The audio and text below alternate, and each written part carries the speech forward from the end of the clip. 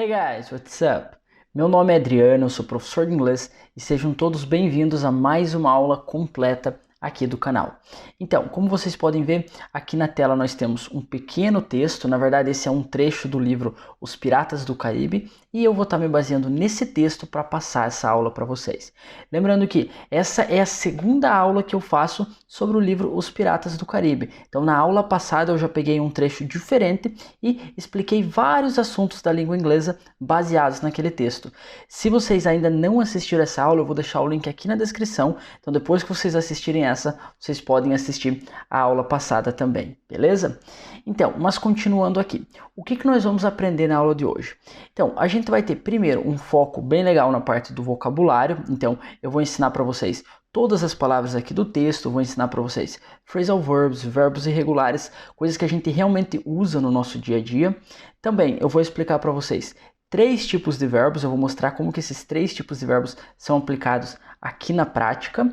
Aí nós vamos ter um foco muito legal também na parte da pronúncia, obviamente eu vou mostrar a pronúncia de todas essas palavras aqui, mas um detalhe muito importante da língua inglesa, que são com as palavras que têm as consoantes M e B. A gente tem um detalhe muito importante na pronúncia dessas palavras, que muitas vezes os brasileiros deixam passar, e eu vou explicar para vocês como que essas palavras são pronunciadas aqui nessa aula.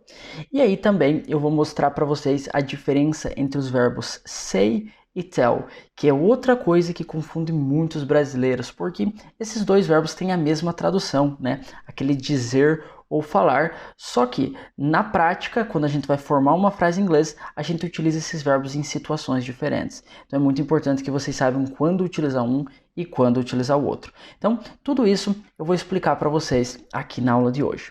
E aí, no final, eu vou dedicar um tempo para explicar para vocês como que vocês vão poder utilizar esse texto aqui, mais o material que eu vou disponibilizar para vocês gratuitamente, para vocês poderem desenvolver o listening de vocês. Além de eu disponibilizar o material, eu vou explicar para vocês como que vocês podem utilizar o material da melhor maneira possível para vocês verem o listening de vocês melhorar rapidamente, beleza? Mas essa parte do estudo, da prática do listening, eu vou deixar para o final. Vamos começar aqui com a explicação do texto. Então, eu vou começar lendo todo o texto para vocês, bem devagar, e aí depois eu volto explicando frase por frase para vocês. Então, vamos começar aqui. When Jack was free, he and Will went down to the harbor. What are we going to do? Asked Will. We're going to take that ship, said Jack. Take it? You're crazy. But Will followed Jack. The two men swam to the ship and climbed up the side. There were sailors on the ship. Don't move, Jack told them. I have a gun. I want this ship. Então, bem simples, vamos começar aqui com a primeira frase. Então aqui logo no início a gente tem When Jack was free. Então o when, uma palavra fácil, significa quando, você traduz ela literalmente quando. When Jack was free. E aqui a gente vai ter o primeiro tipo de verbo que vai aparecer no texto, que são os verbos no passado. Então, was, para quem não sabe, é o passado do verbo to be, algo que costuma ser bem difícil para os brasileiros. Mas então, se você for fazer a tradução, realmente ele complica um pouco, porque o verbo to be vai ter 2 significados. Ele pode ser estar ou ser. E na verdade, quando você pega o passado, was, ele vai ter várias traduções. Você pode traduzir como estava, era, foi. Então realmente é difícil de traduzir. Mas se você for pensar direto em inglês e aos poucos, se vocês continuarem praticando, vocês vão desenvolver essa habilidade, vocês vão ver que é algo muito simples, porque vocês têm uma palavra para aprender só. Mas na parte da tradução, realmente é um pouquinho complicado, então vocês vão ter que pensar um pouquinho para fazer essa tradução. Mas uma vez que vocês comecem a pensar em inglês, tudo vai ficar mais fácil, tá? Então, when Jack was free, dá pra gente traduzir como quando Jack estava livre, né? O free significa livre. Eu acredito que essa tradução fica legal, beleza? E lembrando para vocês que os verbos no passado nem sempre vão ser assim, tá? Porque a gente vai ter verbos regulares e irregulares. O be é irregular, por isso que a gente tem o be e daí a gente tem essa mudança para o was, muda completamente. Só que muitas vezes, na verdade na maioria das vezes, a gente vai ter verbos irregulares. E para esses verbos, tudo o que a gente tem que fazer é acrescentar o ed no final. E na parte da pronúncia, na verdade, tudo o que a gente vai fazer é pronunciar a consoante, a gente ignora o e. Então, por exemplo, a gente tem o verbo work que é regular. Então, eu vou colocar o ED na parte da escrita, mas eu só pronuncio a consoante. Worked, worked, beleza? Mais um exemplo, o play. Eu acrescento o ED, mas eu pronuncio só played, played. Somente a consoante, beleza? É claro que a gente vai ter alguns detalhes na parte da pronúncia. Repare que quando eu falo worked, eu tenho um som de T no final, né? Worked. Quando eu falo played, eu tenho um som de D. Então a gente vai ter esses detalhes na pronúncia e a gente tem detalhes na parte da escrita também, porque quando eu pego o study, né? Você vê que eu falo studied, a pronúncia não muda, eu só acrescento o som da consoante normalmente, né? A mesma coisa que worked, studied, eu só acrescento o som da consoante, mas você vê que a escrita eu tenho que tirar fora esse Y e acrescentar a letra I, né? Studied. Então, também mais detalhes na parte da escrita. Então, eu não vou explicar esses detalhes aqui porque o vídeo ficaria bem longo, tá? Então, eu vou fazer vídeos separados para vocês, conforme eu for tendo tempo para gravar esse conteúdo gratuito aqui para vocês, eu vou ir fazendo essas aulas para vocês. Então, eu vou explicar como que vocês podem escrever da maneira correta e pronunciar da maneira correta. Mas, para aquele pessoal que tem mais pressa e quer aprender inglês mais rapidamente, eu gostaria de lembrar vocês que as vagas para o meu curso de inglês ainda estão abertas. A gente ainda tem vagas disponíveis, só que elas terminam no domingo. Então, no domingo eu vou fechar as vagas do curso, vou fechar a turma e aí só no futuro eu vou abrir novamente. Então, para aquelas pessoas que querem aprender todos esses detalhes que eu passei aqui e detalhes sobre os demais assuntos da língua inglesa, eu vou deixar o link aqui na descrição, tá, pessoal? Mas lembrando que as vagas vão até domingo, no domingo a gente fecha a turma e aí vai ser aberto novamente somente no futuro, beleza? Então, mas voltando aqui, então a gente vai ter esses verbos regulares e irregulares. Quando você tiver um verbo irregular, como por exemplo o be, você vai ter que memorizar esses verbos. Não se preocupe que vocês não precisam ficar lendo a lista dos verbos irregulares para memorizar, porque isso é muito desconfortável e muito ineficiente. Então, se você não sabe como memorizar os verbos irregulares, eu vou deixar um link de um vídeo que eu já fiz aqui na descrição também, e vocês podem assistir esse vídeo que eu explico para vocês como que vocês podem memorizar os verbos irregulares na prática, tá? Como que vocês podem memorizar os verbos sem estar lendo listinha. Então, muito útil para vocês. E aí, quando os verbos forem regulares, bem mais fácil, tudo que vocês têm que lembrar é de colocar esse som da consoante, né, no final da palavra. Por exemplo, studied, worked, played. Beleza? Então, mas voltando aqui para o texto. When Jack was free, quando Jack estava livre. Aí, he and Will went down to the harbor.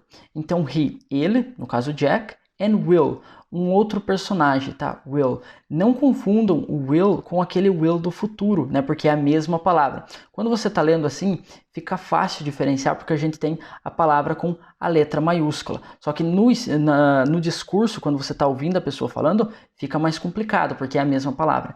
Então a gente tem que prestar atenção no contexto, tá? Porque o will pode indicar futuro, por exemplo, I will study, eu vou estudar, mas ele pode também ser um nome de uma pessoa, inclusive um nome bem famoso, tá? Então, he and Will went down to the harbor. Harbor vai ser um porto, aquele lugar dos barcos mesmos.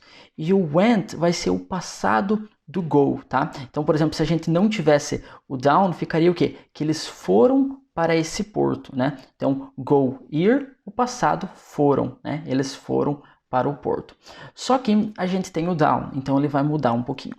Literalmente, se você for traduzir, então, go down, ele vai ficar ir para baixo, né? Então essa é a ideia. Aí no passado foram para baixo. Só que a gente não fala assim em português.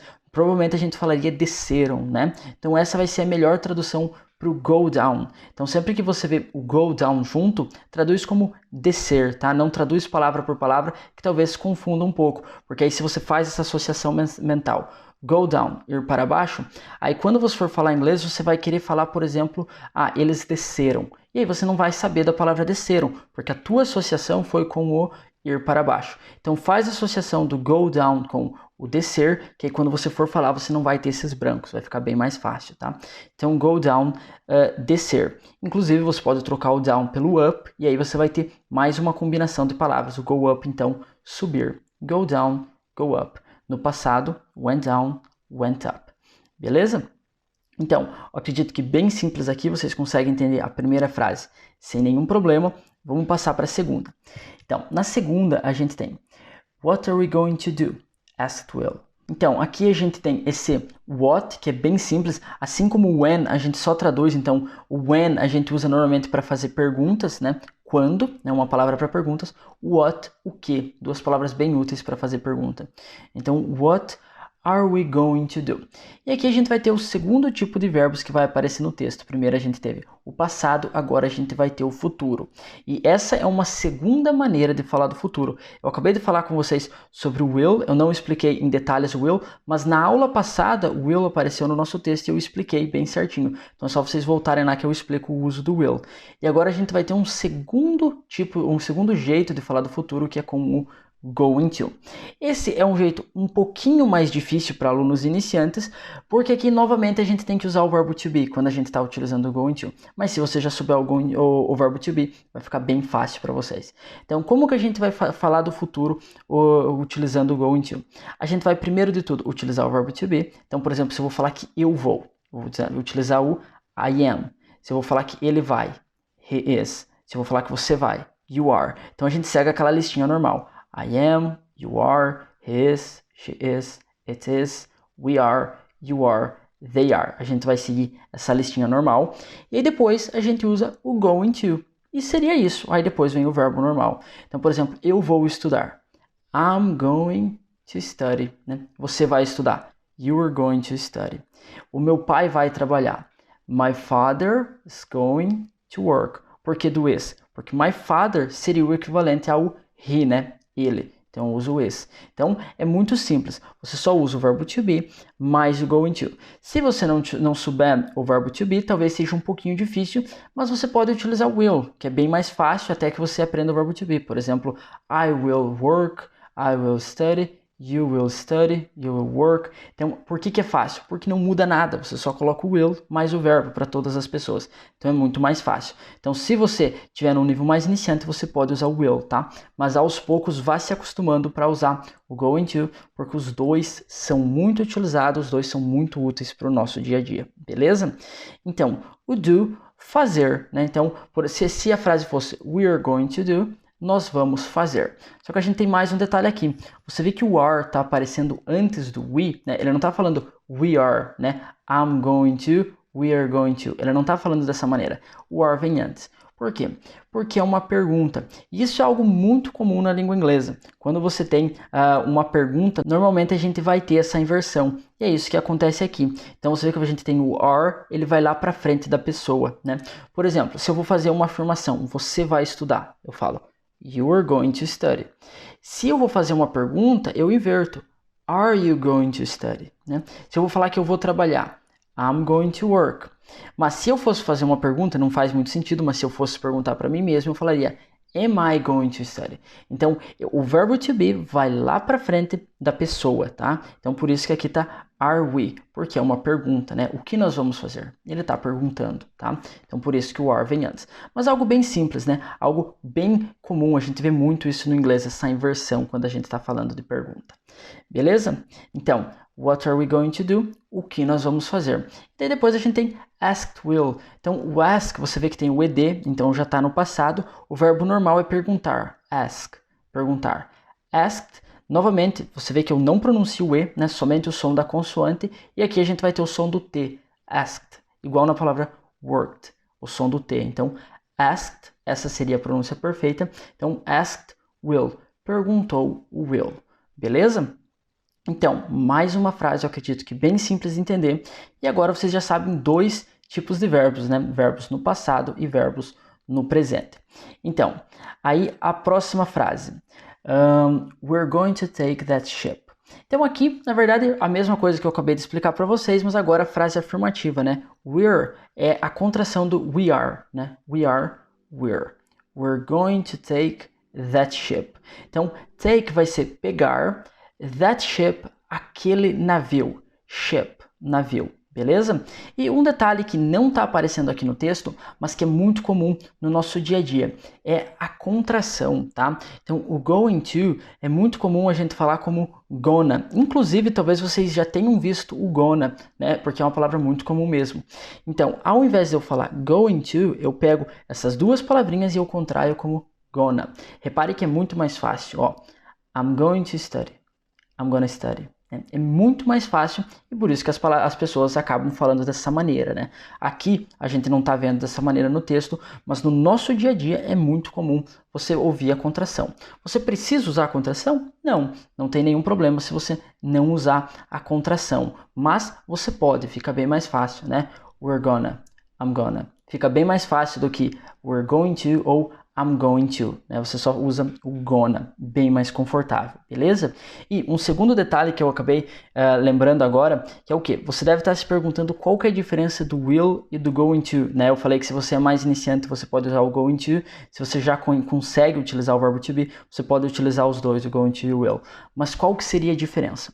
Então, o que acontece é que no nosso dia a dia não tem diferença nenhuma, tá? Você vai falar I'm gonna study, I will study. I'm gonna work, I will work. Não tem diferença nenhuma no nosso dia a dia. Se você pegar um livro de gramática, você vai ver uma diferença lá. Você vai ver que eles vão estar dizendo que o will é utilizado para um futuro próximo ou um fato. Ou seja, se eu vou estudar agora, né? Depois dessa aula eu vou estudar. Eu utilizaria o will, porque é um futuro próximo. I will study. Se eu estou falando de um fato, por exemplo, eu vou fazer 30 anos ano que vem. É um fato, então tecnicamente eu utilizaria will também, tá? Aí o going to vai ser para quando eu estiver falando de um futuro distante. Imagina que eu estou planejando em viajar ano que vem. Isso aqui é um plano meu, um futuro distante, mas não é um fato, né? É um plano meu. Nessa situação, tecnicamente, eu teria que utilizar o going to. Então, I'm gonna travel next year, por exemplo. Eu vou viajar ano que vem. Só que por que eu estou dizendo que isso é no livro de gramática? Porque a gente não aplica isso na prática. Se você abrir uma série e você for colocando pause, você abrir uma série com legenda e você colocar no pause, todas as vezes que você vê o will ou going to, você vai ver que é muito aleatório. As pessoas realmente não respeitam isso. O que vem primeiro na cabeça, a pessoa fala o going to ou will. Então, no nosso dia a dia não faz diferença, tá? Somente gramaticalmente que vai existir essa diferença que eu acabei de explicar para vocês. Tranquilo? Mas voltando aqui. Então, we're going to take that ship, bem simples, said Jack. E aqui a gente vai ter mais um verbo no passado, mas agora o irregular. Então, a gente vai ter o say, que no passado fica said. Repare na pronúncia, né? Porque a escrita, na verdade, é bem semelhante. Você tira o Y e você coloca o ID. Só que no presente é say. No passado não é said. Você muda a vogal. Say, said. Muito importante, tá? Então, say, said. Said Jack, disse o Jack.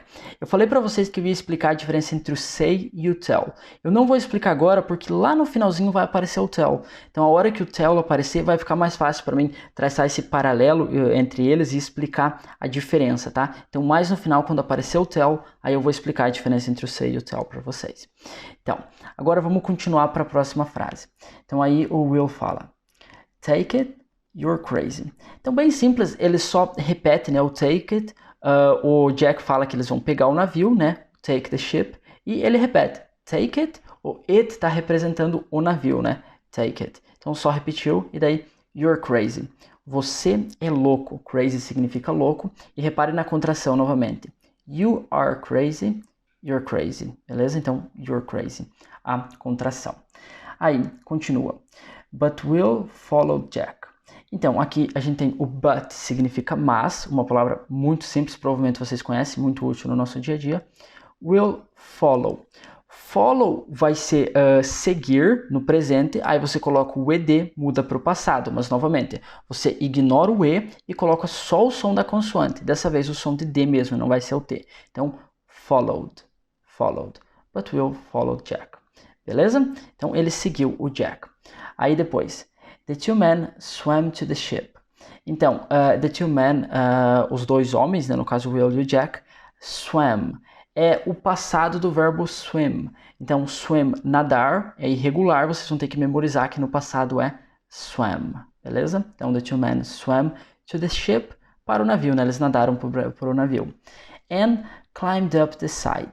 Então, aqui a gente vai ter o climb, que vai ser literalmente subir, mas quando você está escalando alguma coisa, talvez. Você vai usar o climb quando você está, por exemplo, subindo uma montanha, subindo uma árvore, tá? Um muro, talvez uma escada. Normalmente, quando você está usando, por exemplo, assim, vamos imaginar quando você está usando as pernas e as mãos para escalar alguma coisa. Nessa situação, você vai utilizar o climb, tá?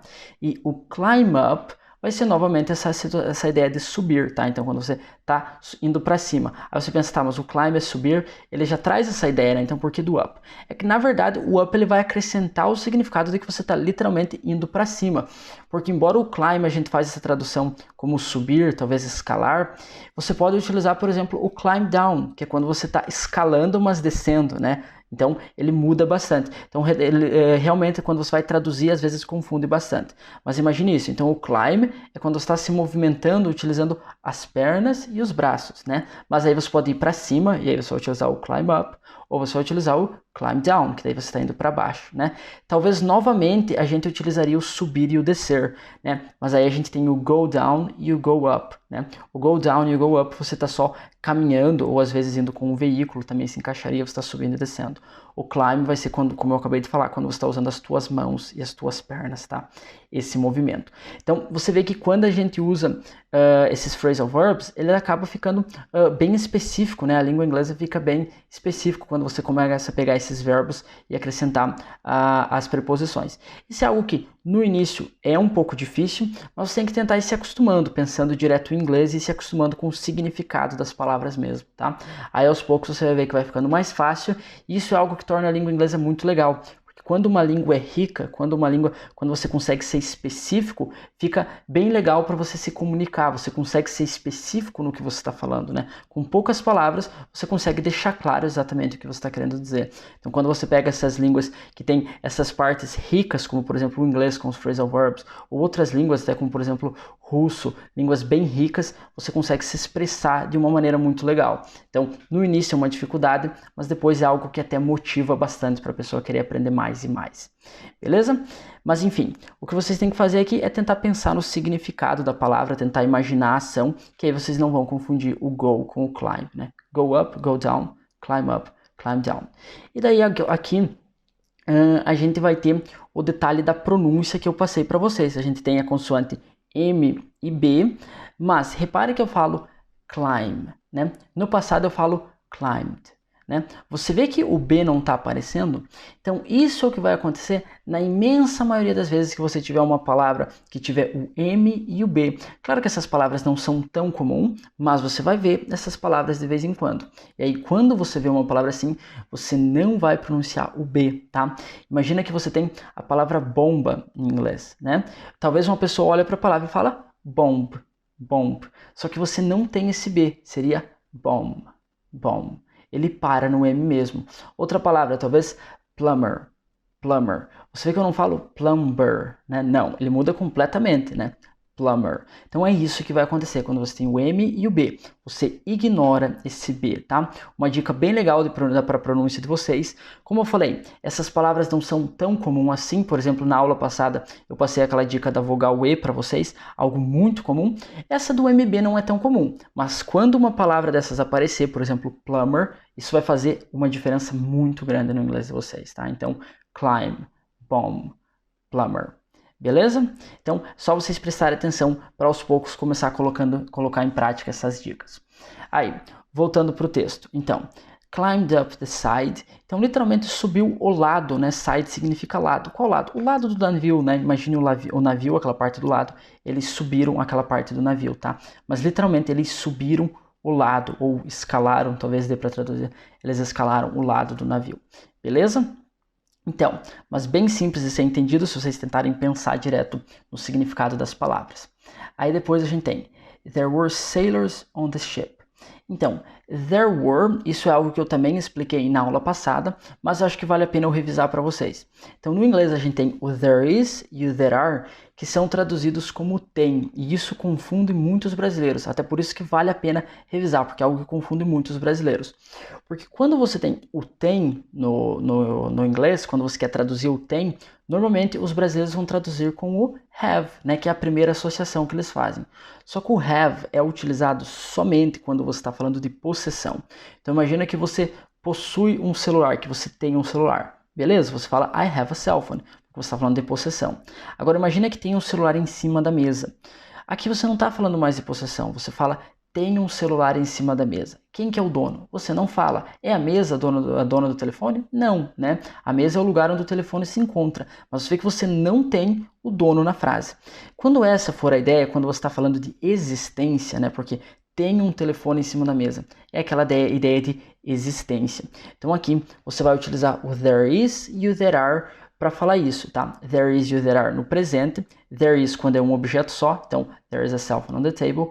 There are quando for vários. Então, there are cell phones on the table, né? Quando for no plural. Para o passado, vocês vão utilizar o there was e o there were. Então, tinha um telefone em cima da mesa. There was a cell phone on the table. Tinham telefones em cima da mesa. There were cell phones on the table. Beleza?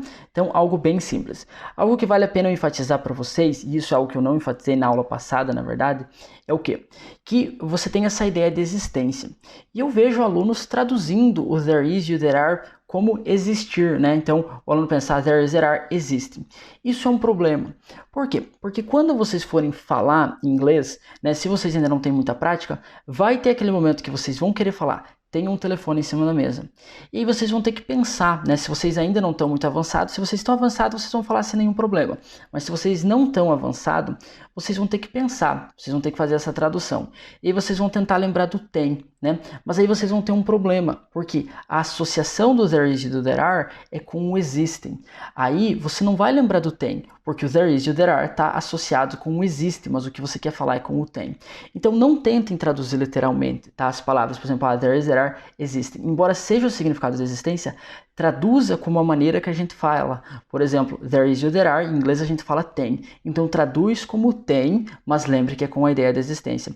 Porque dessa maneira, quando você estiver falando inglês e você tiver um branco, você vai conseguir formar a tua frase, porque você tem a associação correta dentro da tua cabeça.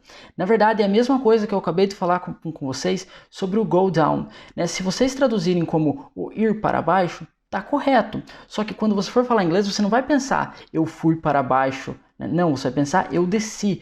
Então você tem que fazer essa associação correta, porque com uma associação correta você vai conseguir pensar na frase corretamente quando você for falar inglês. Você não vai ter aquele branco, tá? Não é um problema usar a tradução, mas você tem que fazer a tradução corretamente, a associação correta.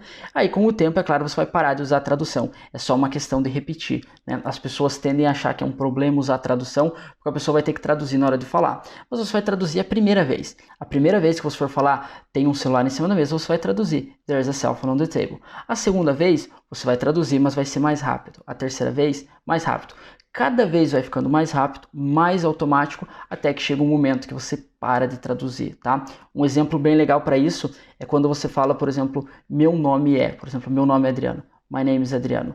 Dificilmente alguém precisa traduzir essa frase, porque é algo muito automático, a gente usa o tempo todo. Então, o inglês todo funciona dessa maneira. Tudo é uma questão de você tornar o inglês automático. E você faz isso através da prática, não através de remover a tradução dos seus estudos. É através da prática. É só vocês praticarem que vocês vão conseguir começar a pensar em inglês. Mas, nesse momento da prática, vocês terem a tradução correta, vocês terem a associação correta na cabeça de vocês, isso vai ajudar bastante. Beleza? Mas enfim, eu acredito que aqui eu estou me desviando do foco, estou passando dicas de estudo, vamos tentar voltar aqui para o texto, tá? Então, there were sailors. Então, there were no passado, então tinham marinheiros, tá? Sailor, marinheiro, né? No plural, there were sailors on the ship, no navio, tá? Então, eles subiram no navio e tinham marinheiros, né? Os marinheiros estavam lá no navio. Aí, a gente tem don't move. Jack told them. E aqui a gente tem o nosso terceiro tipo de verbo, que é esse don't move. Então, isso é algo que eu expliquei para vocês no texto passado, só que eu expliquei frases afirmativas, né? Que é o imperativo, quando você dá aquela ordem, né? Quando você tem frases afirmativas, é como eu expliquei na aula passada. Você só usa o verbo na forma original. Muito fácil. Então, por exemplo, você quer que a pessoa estude, né? Você quer falar, estude, né? Você vai falar para o teu filho, estude. Study, né? Você vai falar para uma pessoa para ela trabalhar, só um exemplo, cara. Então, work. Você só usa o verbo na forma original, muito fácil. Então, aqui a gente vai ter a mesma situação, mas na frase negativa, quando você quer dizer para a pessoa não fazer algo. No caso aqui, se mover, né? Move. Você vê que novamente a gente usa a forma original do verbo e agora a gente usa o don't. Muito simples, só isso. Então, don't move. Então, não se mova, tá? Não se mexa. Essa é a ideia. Beleza? Então, bem simples mesmo, nem precisa eu entrar em muitos detalhes, porque é só vocês pegarem a forma original do verbo para frases afirmativas, para frases negativas, a forma original também, só que daí com o don't, tá? Don't do this, não faça isso, beleza? Então, aí a gente tem Jack told them, e o told vai ser o passado do tell, mais um verbo irregular que vocês têm que memorizar, então tell, told. E aqui eu vou poder explicar para vocês a diferença entre o say e o tell. Então, como eu falei para vocês, a tradução deles é a mesma. Então, vocês vão ter que pensar na maneira em que a gente utiliza o verbo na prática. Então, repare que quando você tem o said Jack, a gente inverteu, o Jack está depois, né? Mas, na verdade, é o quê? O Jack falou, né? Então, Jack said, né? Para ficar mais fácil a gente entender, vamos desinverter. Jack said, o Jack falou. Agora, a gente tem Jack told them. Então, se você for traduzir, você vai ter o quê? O Jack falou, e daí o Jack falou para eles. Ou o Jack disse e o Jack disse para eles. Qual que é a diferença aqui? O para eles. Você vê que quando você tem o said vai sozinho. E quando você tem o told, você tem o them. Então, é exatamente essa maneira que você vai utilizar o tell e o say, tá? Então, quando você tiver o say, normalmente, eu já vou explicar qual que é a exceção, mas normalmente você vai ter simplesmente a pessoa falou e você não tem o para quem que a pessoa falou, né? A pessoa falou. Agora, com o tell, você sempre vai ter a pessoa, né? Para quem que você falou, tá? Então, você vê que a gente tem o them, no caso ele falou para eles. Se eu falo para você, I told you. Mas se eu simplesmente falei, I said. Então, com o said, você não precisa da pessoa que ouviu a frase. Com o tell, você precisa, tá? E no português eu falo, falou para eles. Você não precisa desse para, tá? Você não vai falar Jack told to them. Não precisa do to, tá? Então, você coloca o tell e a pessoa. No caso aqui a gente tem o pronome, eles, mas digamos que o Jack falou para o Will, né? Só um exemplo. Jack told Will. Você não precisa do para, tá? E essa vai ser a diferença. Então, quando você tiver o tell, aqui no passado, told, você vai utilizar a pessoa, para a pessoa que ouviu aquilo. A tradução é a mesma, disse, falou, mas para uma pessoa. O say, no passado, said, você não tem a pessoa, tá? Então, Jack said. Aí, existe a possibilidade? Existe, e aí você vai ter que utilizar o to. Então, você pode falar, por exemplo, Jack said to them. Pode, você vai ouvir isso de vez em quando, mas não é muito comum, tá? E por não ser comum, eu aconselho vocês a se acostumarem a falar dessa maneira. Se vocês tiverem a pessoa, vocês usam o told, tá? Aí, se vocês não tiverem, vocês usam o said, tá? Se vocês simplesmente falaram, usa o said. Se vocês falaram para alguma pessoa, usa o told. Tentem se acostumar dessa maneira. Aí, digamos que vocês estão falando e vocês querem dizer que vocês falaram para alguém e aí vocês começaram a frase com o said. Aí não tem problema, coloca o to mais a pessoa. Jack said to Will, por exemplo. Jack falou para o Will, tá? Então, quando vocês usarem o said, vocês têm essa possibilidade de utilizar o to mais o pronome. Quando vocês utilizarem o told, vocês não têm a possibilidade de usar o to, vocês vão utilizar sempre o pronome, tá? Só que quando vocês utilizarem o said, não vai ser muito comum isso. Vocês vê que na grande maioria das vezes você não vai ter a pessoa. E quando tiver a pessoa, na grande maioria das vezes vai ser o told. Por isso que eu aconselho vocês a praticarem dessa maneira. Mas essa seria a diferença, tá? Não tentem achar diferença na tradução, porque novamente não vai funcionar. Então quando vocês forem traduzir, tem que traduzir da maneira correta. E a verdade é que o said e o told vão ser traduzidos como falar e dizer. A mesma tradução, exatamente a mesma. Você tem que pensar nos verbos direto em inglês. Em qual situação eu uso um, em qual eu uso a outra, de qual maneira que eu uso um, de qual maneira que eu uso o outro. Beleza? Então eu acredito que bem simples, não é algo muito difícil de entender, mas se vocês tiverem qualquer dúvida, é só vocês me pedirem, ok? Então, don't move. Jack told them. Então, não se mexam. O Jack falou para eles. Eles quem? Os marinheiros que estavam lá no barco, né? E aí, I have a gun, né? Então, na verdade, eu já até falei do have. Então, I have a gun. Eu tenho uma arma. Gun, arma. I have a gun. I want this ship. Então, I want this ship. Eu quero esse barco. E, na verdade, aqui a gente tem o quarto tipo de verbo que apareceu aqui no texto, mas eu não vou entrar em detalhes porque é bem simples o presente, né? Então, aqui a gente só tem a pessoa mais a forma original do verbo. Então, I have a gun. Eu tenho uma arma. I want this ship. Eu quero esse navio. Sem nenhum problema, né? Então, eu acredito que agora vocês conseguem entender todo esse texto sem nenhum problema, né? Várias palavras novas, que vocês sabem a pronúncia de todas essas palavras nos mínimos detalhes.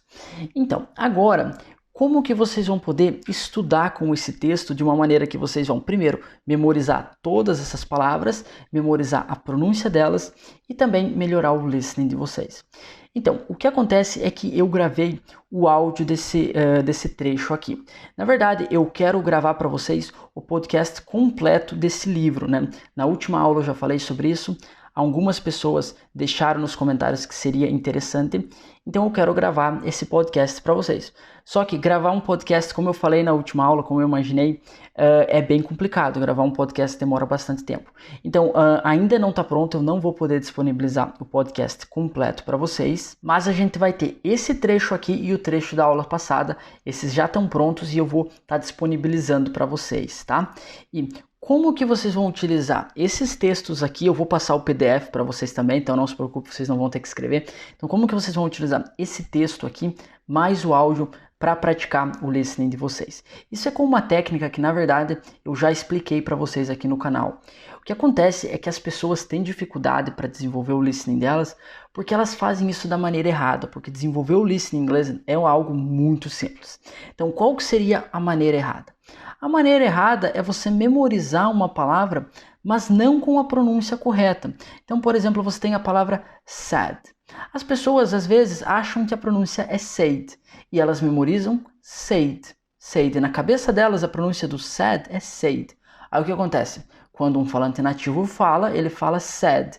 Aí a pessoa não entende, né? Então, o que acontece? A pessoa tem que memorizar a pronúncia correta. Outro exemplo, para ficar bem claro, por exemplo, have.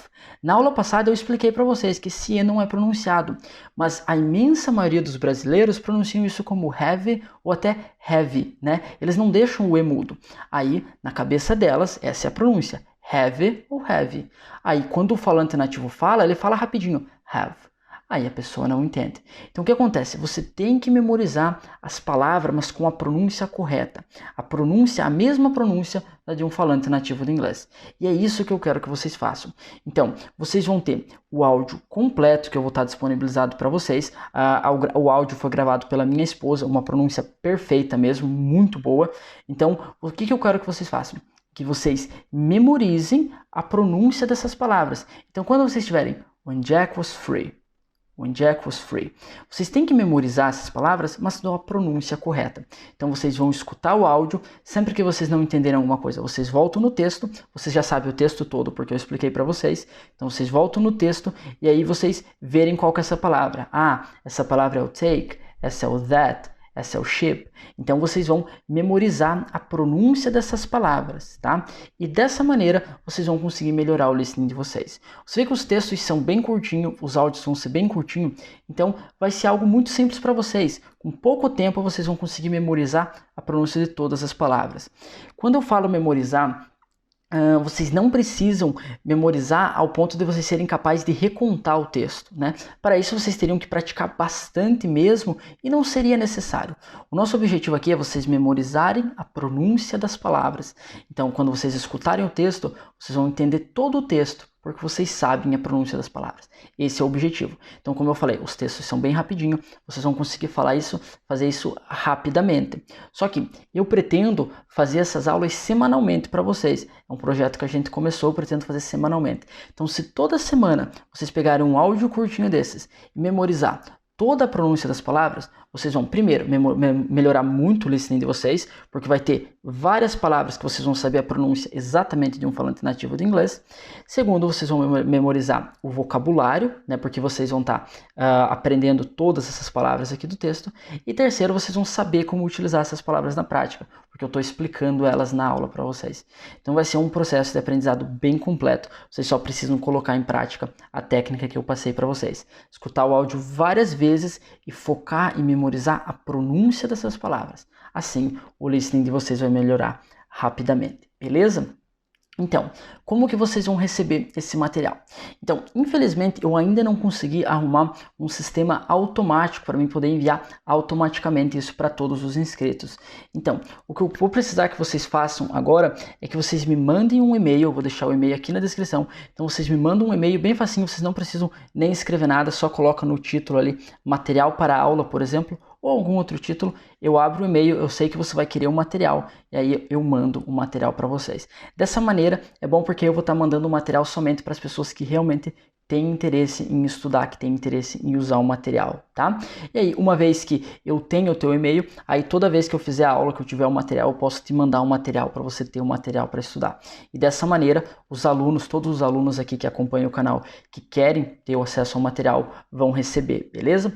Futuramente, quando eu conseguir achar um sistema automático de mandar para vocês, a gente pode utilizar, mas agora, se vocês puderem mandar esse e-mail, eu retorno o e-mail de vocês com o material, beleza? E dessa maneira, eu acredito que vocês vão conseguir ter um material muito bom e com a técnica que eu passei aqui, vocês vão conseguir estudar da maneira correta para ter uma bela evolução no inglês de vocês. Tranquilo?